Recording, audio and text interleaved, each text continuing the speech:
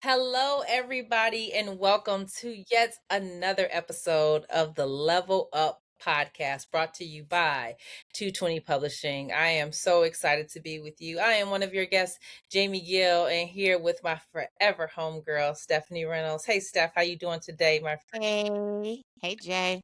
It has been such a great run, and we are so thankful for each and every one of you for your viewership, for your support, for your comments, for your suggestions that you've been sending in. Keep those coming because we definitely want to bring forth the topics and the guests that you guys want to hear from, because it's not about us, it's all about you and helping you to level up. And today I am so excited about today's guest. And I know you say, Jamie, you say that every week.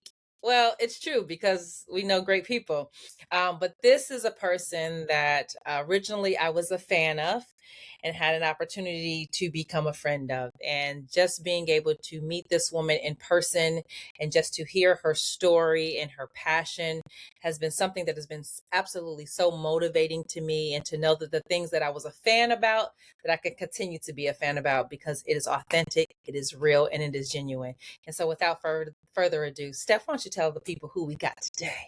All right. So today we have on actress, singer, author.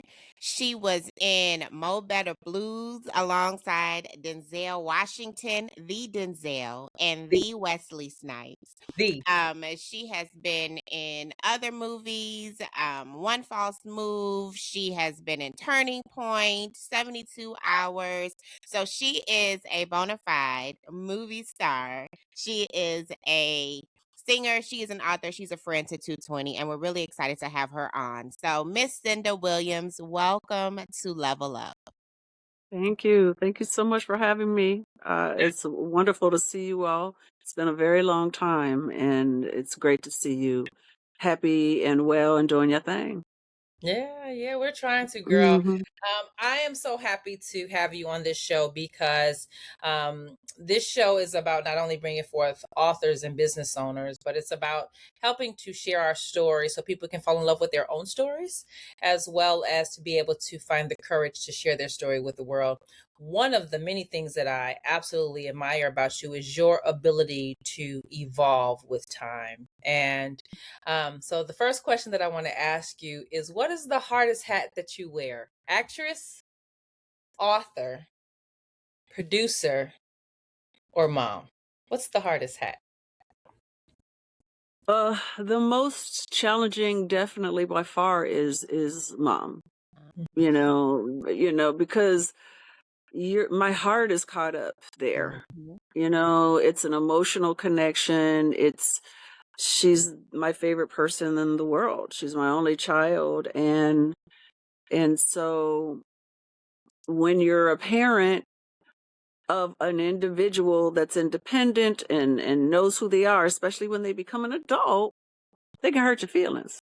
Mhm. And so, I'm proud of her journey and watching her grow, but I have to remember that while I am her parent, I am also, and she is now an adult. And Mhm. so the way she communicated with me as a child is very different than how she might communicate with me as an adult. And now she's moved back home. She was away for several years, and now she's back home, and we're together again.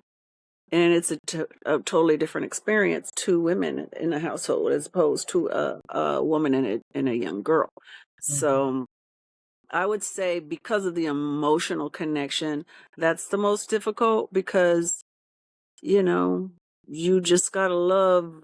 You just gotta love no matter what. Whereas in the business, any sort of business, if something is not going as planned or you feel something is difficult, you can walk away.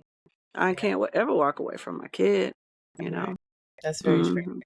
Hmm. So most people know you from your iconic role as Clark on Mo Better Blues. And do Hmm. you feel, because of the significance of that role and that movie to the culture, did Hmm. you ever feel pigeonholed, as if there was an opportunity for you to do anything else, or it was hard for you to play other roles because everyone kind of had Clark as the only glasses they saw you in? I no, I wouldn't say that because I've been fortunate to do a lot of different characters over the years, and while in the very beginning of my career, I was definitely a sex symbol. Mhm. Mo Better Blues kind of opened that door, and that was a little bit of a struggle to get out of, but it didn't take long. Uh, Not a lot of the films that I've been in aren't as well known, Mhm. and a lot of people don't even recognize me in other films, because I look different. I play in different kind of characters, which is the joy for me because that's what I enjoy doing. I'm not playing myself. I'm playing a character every time. So, um, I appreciate the experience I had on Mo Better. I appreciate the door opening, but my real fans know all my work or a lot of my work, and honestly, Mo Better Blues is not their favorite. So, Mm. Mhm. so there's the masses that always come to me and say, "Where you been?" And I'm like, Google me. It's on. I love that. Mm, I love mhm, that. mhm, I'm interested in just hearing a little bit about the backstory, like what got you to, because you're obviously a creative, right? And you're a mhm, multi hyphenate creative, so you're doing a lot of mhm, different things. Tell us a little bit about, like, you were talking about your friends and knowing you. Who is Cynda beyond all of the creative outlets and all of the things that you do? mhm. What was the story that kind of brought you to becoming and walking into all of those different facets of your purpose? I always felt like my purpose was not caught up with my gifts. My gifts Mm, were the given to me so I could have a platform so I could actually perform my purpose, which is ultimately to encourage and love people, I love talk to people. I'm blessed to be able to communicate with them, and because they've seen me in movies, they think they know me. mhm, So it gives me a platform to be able to touch people, encourage people, love on people, give people a different perspective of the world, reframing life in a way that's more advantageous for a happy and joyful space. mhm, And so the people that know that's who I am. They appreciate those gifts, but they know that's not the reason why. It's because I'm a service driven person. Grew up in the church. I grew up serving people, and that's my primary purpose. Yeah, I love that. I think that's a huge distinction to make is your gifts versus your purpose and how your gifts are more of a way Tool. to articulate your Yeah. purpose in the Mhm, earth. And so often we get kind of caught up in the gifts part, but we forget that it really is supposed to be a bridge to kind of do what we've been created to do. So I love that you said that and you brought that up and just have been able to do that throughout your life. Yeah. yeah. And I feel like I'm just beginning. I feel like that part of my life is really taking hold, and I'm thankful.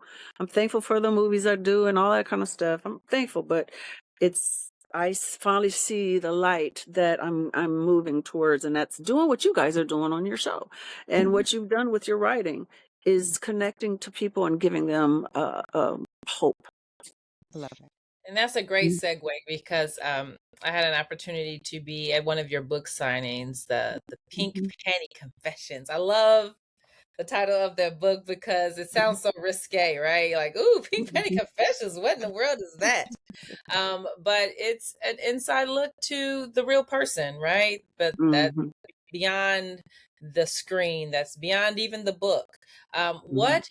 What made you make the decision to transition from on screen to the written word? Like what was the decision that led you to write, first of all, Pink Panty Confessions, because we know that that's not your only book, but what Mhm. led you to write that?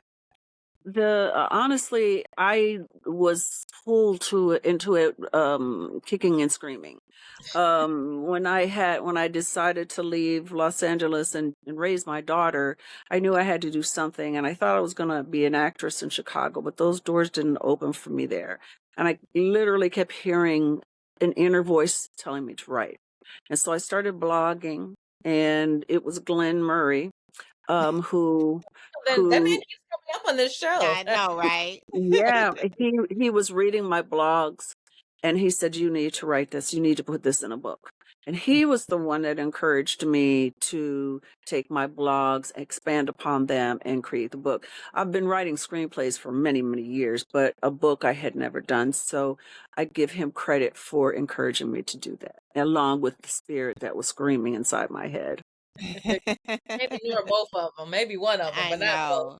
I both. know. Mhm, Glenn mhm, is just he is definitely A the bully. architect of so mhm, many different mhm, mhm, um authors' Yeah, stories or journeys. So that's amazing. that's mhm, what. mhm, I didn't mean to cut you off. What was you gonna ask her? No, that's okay.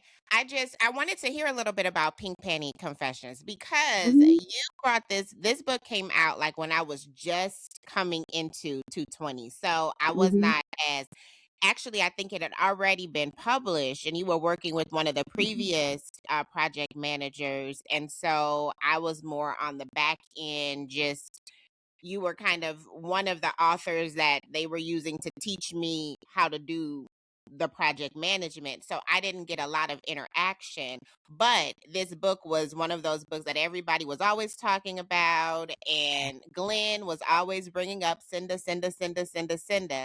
So I just am, yeah, he was not just reading your blog, he loved your book too, because he was always mhm, talking about it. But I just want to kind of give for the people who maybe this is their first time hearing about you or seeing you. mhm. What is Pink Penny Confessions? What is that book about? Well, in short, for many years, a friend of mine in Los Angeles, we would get together and we would have what we would call pink panty parties.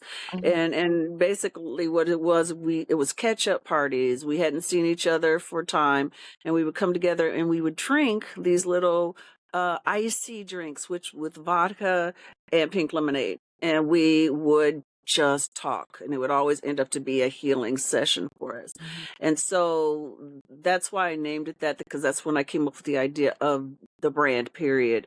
When I had one of those sessions with a bunch of my friends on my birthday 20 years ago.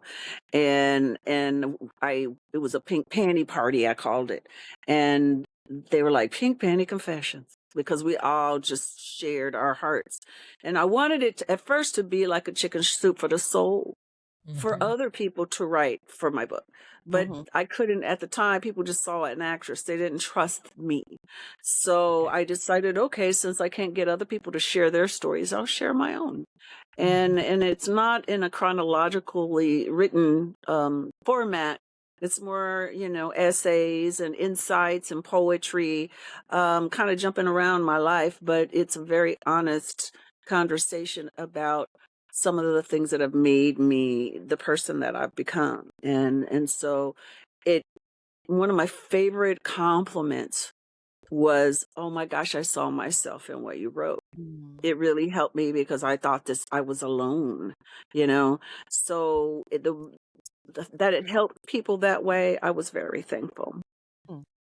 One Mm, of your Pink Panty Confessions book signings, I had the opportunity to be there with you, and I think that that was the overwhelming response. Is people were surprised at how normal you were mm, or how mm, relatable you were, and I think that that is a lesson for all of us, that just because someone is of a celebrity status because of their gifts, that they're very much human and they have some of the same experiences that we have, from heartbreak to love to job search to job loss to, mhm, searching for purpose and trying to figure out what that looks like. And I think that you're such a great steward of that, because one of the things that I am a fan of yours now are your little chronicles that you do on social mm, media, of kind of mm, giving the inside look to the movie business and just to life. And so, tell us, moving from Pink Panic Confessions into Faith Failure mm. Success, which is not only a book but a documentary that you had an amazing opportunity to be a part of. Tell me how doing a documentary, or tell us how doing a documentary is something different than just learning and studying a role. How was that for you, approaching the screen in a different way, in a documentary style? It's a very vulnerable position to be in because words, when a person reads words, they incorporate themselves into those words, and so their perspective of what they're reading is has that sheen on it of their own lives, right? But when you're in a documentary, it's all you. Their emotions, they might be affected by you, but it's your story then. It's really your story and bearing your soul, and the that experience that I shared was life-changing and difficult. And I mean, there's a lot that I did not share in it that happened. So it was a big rebirth moment for me in my life, but not everybody's going to understand those things. And so, but I felt it was necessary when Glenn again called me about participating in this with this collaboration. There was no other story I wanted to tell in a book called Faith, Failure, and Success, surviving the storm, because at that point that was the biggest storm I'd ever survived. And so um I can't watch it. I can't watch myself. I can't listen to it. And I'm the same with my own movies, but it brings back stuff that I've tried to let go of because it's an old chapter now. But I hope that there are people that are seeing it and saying, "Oh my gosh, she went through that too," or "Oh my gosh, if she survived that, I can survive this." Yeah. So while it's not something I want to revisit and think about all the time because I'm moving forward and I've already done my history work, I've already done my shadow work. But somebody else is going through it. So it's my legacy that I share, something that my dark night of the soul that I survived. And hopefully someone else can get some inspiration and some motivation to keep living Yeah. from it. And I can identify because Stefan and I had an opportunity to be a part of a documentary, Yeah. and that is a very real thing. It's like you do it because the people need it, but it's like I don't want to watch it again. I don't want to hear it again. Mhm. Yeah. Even though it can be perfectly produced, it's just one of those Mhm. things that you do it for the people. Yes. It is. I Mhm. can definitely understand that. And that documentary will be dropped after this airs on the 220 Publishing YouTube channel, so you guys will be able to see the documentary if interested. Steph. Yeah.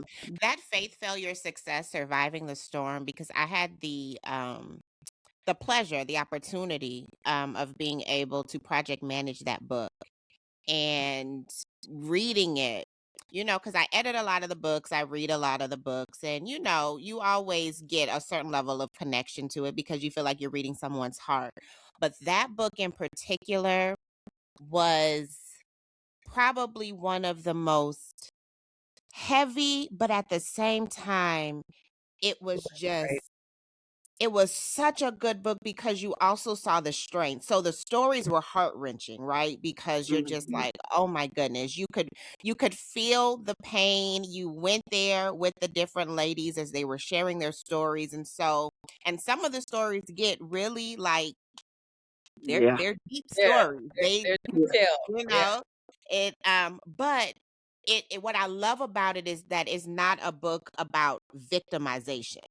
It is Right. a Yes. book about not just surviving, but overcoming. And I think Mhm. that is what makes it so powerful. And my question is, what was your process, right? Because to write a book like that and to share some of your darkest moments, right? Moments that, as you said, you don't necessarily want to relive, and even just Mhm. writing it, you were reminded of things that you haven't even thought about for Mhm. years Yeah. and years because you have to dig deep to write the story authentically. What was Mhm. your process to being vulnerable enough to open your heart in such a real, but sometimes even like painful, way? Mhm. Mhm. Well, that was something that I hadn't written yet. It was something I knew that I was supposed to write. I knew that it was going to help people. So I almost, when I was writing it, was looking at it more from an omnipresent perspective instead of first person. Mm, I wrote it as if I was just writing about this girl I knew. Mm, And so I was able to relate to this girl because at one point I was a part of that girl. mm, But I was also able to frame it in a more positive way so that it wasn't about a victim situation, because it could have been in many times, in many parts of it, it could have turned into a whining fest. Um, and then I had a couple of friends that were not at all in entertainment business read it. And there was some things in it that I had written that they checked me on because I was still angry about certain aspects. mm, And they were like, I was like, if you read this, how do you think this person would receive it? And they were like, I think you need to shift a little bit. And so I was able to still be honest, but kind also to certain people that I was talking about in it. There was only one person I still had not at that point in my life quite forgiven. And so I was able to, with their perspectives, say, okay, it's not fair to share that brutal of an honesty, especially considering who it might hurt. So I was able to pull back a little bit, still tell the truth, but tell it with a little bit more of a gentle touch instead of bashing them right. upside the head. Well, don't worry. Some of the readers, as I was reading it, I wanted to bash some people Yeah, over the we head got your for back. you. Mhm, For sure, mhm. for sure. Do you find that being a creative, is there an opportunity for you to heal while you deal?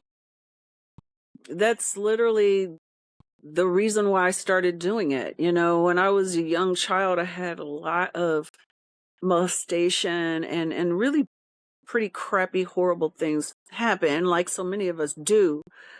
And it was talking to myself, and I would have full conversations with myself, and I still do it I did it today, where I talk for me and I talk for the other person. So I was creating characters at a very, very young age to cope with the Mm, things that I was dealing with.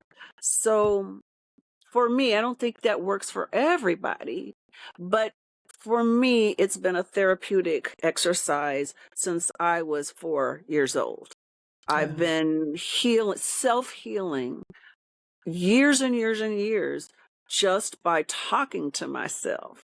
And so for me, because I didn't get too caught up in the, I'm great misnomer, I'm so awesome narrative. I remember I'm just a humble chick from Chicago, South Side, and who ended up in Muncie, Indiana. And I just happen to have these gifts. Like other people have all kinds of other gifts. right. And not get caught up and believe in the hype. Mm, And so I was able to touch people through that, but also heal myself through a lot of trauma and prepare myself for the real work when I got with therapists and all that kind of stuff. When I ended up in the hospital, Mm. I'd already been doing the work. Would you mm, recommend the entertainment industry to young people? I would say that it can be a joy, but it has to be a journey where they're willing to always remember that nothing is personal Mm, and that it can be a very daunting task, but it's a beautiful thing if you don't get caught up in the world that wants to pull you into the darkness. You can thrive creatively at the very least. If not, these days not many of us are thriving financially unless we're smart.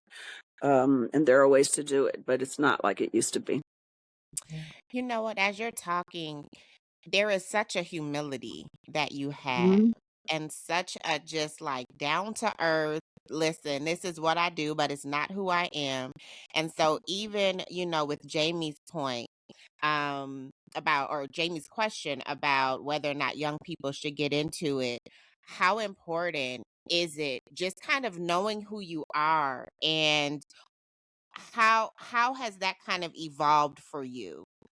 Just kind of really being centered enough in who you are to be able to not take it personal, right? Because that's it's easy to take it personal. And even if we're not talking about the entertainment world, because when you think about it, we all show up with masks every day, just Mhm. going to work, Mhm. going to the store, Yeah. dealing with our families, our friends. So we always are, a lot of us have characters that we're playing, even though Mhm. we're not in a film, right? And so just kind of that And definitely idea, not getting paid. and definitely not getting paid for it. Yeah. Mhm. At all. We Mhm. just showing up as somebody Showing else up. just because. Um, but just how, how would you, what advice would you give to someone about just being themselves, Mhm. being all that they're supposed to be, doing all that God has given them to do, but being able to stay centered in just being their true authentic self? I think if a person can always find their way back to understanding this completely, Mhm. everything that's happening to me is happening for me. Everything, every hard time, good time, all of it is expanding you Mhm. as a creative person that has been sent here to grow and expand. Mhm. And so the failures, the perceived failures are wins. The Mhm. wins are wins. The staying strong in a foundation and understanding that no matter how difficult something seems, it is not against you. It's for Mhm. you. And to keep moving forward, no matter what moving forward means. It may mean I don't want to do this stuff anymore. And being okay with whatever choices you make, because whatever choice you're making the right choice, because you can never get it done. We're creative beings. That's what we're here to do. We're here to expand. And you can never get it done. Whenever you become the master of something, you got to start all over at kindergarten again. It Yeah. never stops. So don't beat yourself over the head for not succeeding in the perceived way from others. Know who you are and keep it moving. Keep growing, and you will always find yourself back in joy. Good. Who I know we're running out of time, but I have to know. I have to know. Who Mhm. inspires you? Who is someone that you look up to, or is your coach or your motivation? Who's on that list for you? I had a lot of family members. My uncle James Williams was a big one. I had a loss today of a mentor. His name was Dr. John Peterson. He passed away, and he was one of the most gentle, wonderful, beautiful people. He was an Eastern Western medical doctor and also a musician that I performed with. So I've had people like that sprinkled through my life who've shown me how to create and do wonderful things and be wonderful people at the same time. So I've been very blessed. I love that. I love Well, Cinda, we have about a minute and a half left. How can people find you? How can they experience all the things that you're doing and be able to connect with you? You can find me all over, all the places. Well, not all the places, but most of the places. Instagram at Cynda Will. A lot of people follow me there. TikTok, Cynda Williams 615. Facebook, and LinkedIn, but all those places. I'm there. I'm getting ready to start a new podcast, so I'll be announcing that myself, and so I'm really excited about it. So, and just look up my name, and you'll find me. Google you, right? Yeah, Google. Right, right. He was trying to say Google me. Yeah, you can definitely find me there. Yes, it is. What's next? What's next for Cynda Williams outside of the podcast? Any more books we should be? Oh, I've been working on a book. I just got to find the time to finish it. I have a few movies coming up this year, a series, and I'm singing all the time. I'm singing this weekend, so things are moving. I'm blessed. Mm. And we are blessed to have you, Cynda. Thank you so much. It is such a joy to know you, very honestly, and to be in your And presence. And people, I'm serious. Like I think one of my favorite memories of you, other than your book signing, was when we went on the boat cruise, the wine cruise, and just like she's such a Chicago girl. She's so fun to be around, and she's super chill with so much wisdom and life and laughter and passion. Just a passionate woman. And so we thank you for sharing your light and your love here on the Level Up podcast. And keep in contact. Tell us everything that you were doing. We will definitely tell our viewers because you are a forever friend and family to us, to this show, and to our publication. And so we love you. Thank you so much. thank you so much for having me, Stephanie, Jamie, Justin, Glenn, all of the family. I love you guys. Thank you. Absolutely, absolutely. do. Stephanie, closing remarks from you, my girl. Well, it's another one that we It's wrapped another up. one. It's Yeah. another one, and this was a good one. We just so appreciate having Cynda on. Make sure that you reach out to her, connect with her.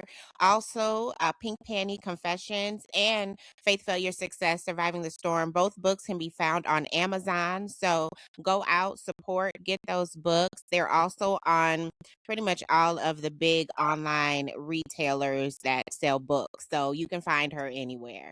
Yeah. But definitely support. They're great books for you to have and to just be able to see yourself in and find that healing. So thank you again, Cynda, for being on. Jay, as always, I look That's okay. forward to leveling up with you every week.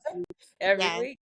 And I look forward to hearing from our audience, our friends, our family, those who have become family, those who have become friends, those who are supporters, everyone who just reaches out and has been a part of making this podcast a success. We love you. We appreciate you.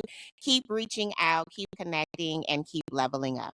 You all That's have a great rest of your evening. That's right. See you next time, guys. Good night.